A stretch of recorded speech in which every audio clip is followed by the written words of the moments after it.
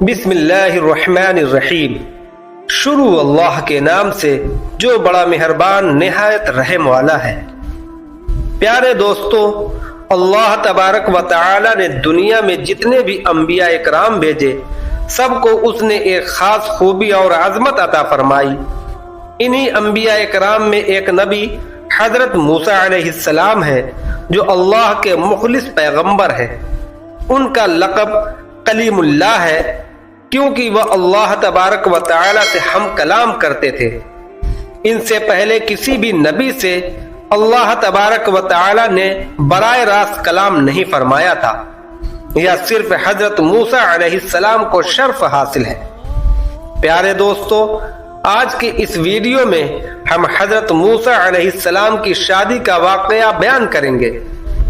حضرت موسیٰ علیہ السلام کی شادی کس طرح ہوئی اور حضرت صفورہ کون تھیں کہ جن کی پاکیزگی کا ذکر خود اللہ تبارک و تعالی قرآن پاک میں بیان فرماتا ہے۔ دوستو، ان تمام تر سوالات کے جوابات قرآن و حدیث کی روشنی میں آج کے اس ویڈیو میں ہم آپ کو بتائیں گے۔ پیارے دوستو، حضرت موسیٰ علیہ السلام کی پیدائش سے پہلے ایک مغرور اور ظالم بادشاہ تھا جس کا نام ولید بن مشعب تھا، جو فرعون کے نام سے مشہور ہے۔ وہ بنی اسرائیل کی قوم پر ظلم و ستم کرتا تھا اور ان سے غلاموں کی طرح کام لیتا تھا۔ فرعون کو ماننے والے قبطی کہلاتے تھے اور وہ عیش و آرام کی زندگی گزارا کرتے تھے۔ یہی وہ لوگ تھے جنہوں نے سب سے پہلے فرعون کو اپنا خدا مانا۔ روایت میں آتا ہے کہ حضرت موسیٰ علیہ السلام نے ایک مرتبہ دو لوگوں کو آپس میں لڑتے ہوئے دیکھا۔ اس میں سے ایک بنی اسرائیل سے تھا اور دوسرا قبطی تھا۔ قبطی اس شخص پر ظلم کر رہا تھا۔ بنی اسرائیل کے شخص نے آپ سے مدد مانگی۔ آپ نے مدد کا ارادہ کیا اور قبطی کو ایک مکہ مارا جس سے اس کی موت ہو گئی۔ دوستو، حضرت موسیٰ علیہ السلام کا مقصد قتل کا نہیں تھا۔ آپ نے جب یہ دیکھا کہ وہ شخص مر چکا ہے تو وہ فرمانے لگے، یہ تو شیطانی عمل ہے۔ اس کے بعد حضرت موسیٰ علیہ السلام اللہ تبارک و تعالی کی بارگاہ میں معافی طلب کرنے لگے اور اللہ تبارک و تعالی نے حضرت موسیٰ علیہ السلام کو معاف فرما دیا۔ اسی دوران اس قتل کی خبر فرعون کے محل تک پہنچ گئی۔ حضرت موسیٰ علیہ السلام کے ہاتھوں ہلاک ہونے والا شخص چونکہ فرعون کا چاہنے والا تھا، لہذا فرعون کو جب اس بات کی خبر ملی تو فرعون آگ ببولا ہو گیا اور اس نے یہ حکم جاری کیا کہ حضرت موسیٰ علیہ السلام کو تلاش کیا جائے اور ان کو شہید کر دیا جائے۔ چنانچہ فرعون کا یہ حکم سنتے ہی فرعون کے لشکر حضرت موسیٰ علیہ السلام کی تلاش کے لیے نکل پڑے۔ یہ خبر سنتے ہی ایک شخص جو کہ حضرت موسیٰ علیہ السلام سے محبت کرتا تھا، وہ دوڑتا ہوا حضرت موسیٰ علیہ السلام کی بارگاہ میں حاضر ہوا اور عرض کرنے لگا کہ حضرت موسیٰ علیہ السلام، فرعون نے آپ کو قتل کرنے کا حکم دیا ہے اور فرعون کے سپاہی آپ کو تلاش کر رہے ہیں، لہذا میں آپ کا خیر خواہ ہوں اور میں یہ چاہتا ہوں کہ آپ جلد سے جلد مصر کو چھوڑ کر کہیں اور چلے جائیں۔ چنانچہ حضرت موسیٰ علیہ السلام نے مجبوراً مصر سے ہجرت کرنے کا ارادہ فرما لیا اور مصر کی سرزمین کو چھوڑ کر مدین جانے کا فیصلہ کر لیا۔ مدین ایک صحرائی بستی تھی جو کہ فرعون کی سلطنت کی حدود سے باہر تھی۔ حضرت موسیٰ علیہ السلام مصر کو چھوڑ کر مدینے کی طرف روانہ ہو گئے۔ چونکہ وہ فرعون کے ڈر سے بھاگے تھے، اس لیے ان کے ساتھ نہ کوئی رفیق اور رہنما تھا اور نہ ہی راستے کا خرچ اور تیز بھاگنے کی وجہ سے ننگے پیر تھے۔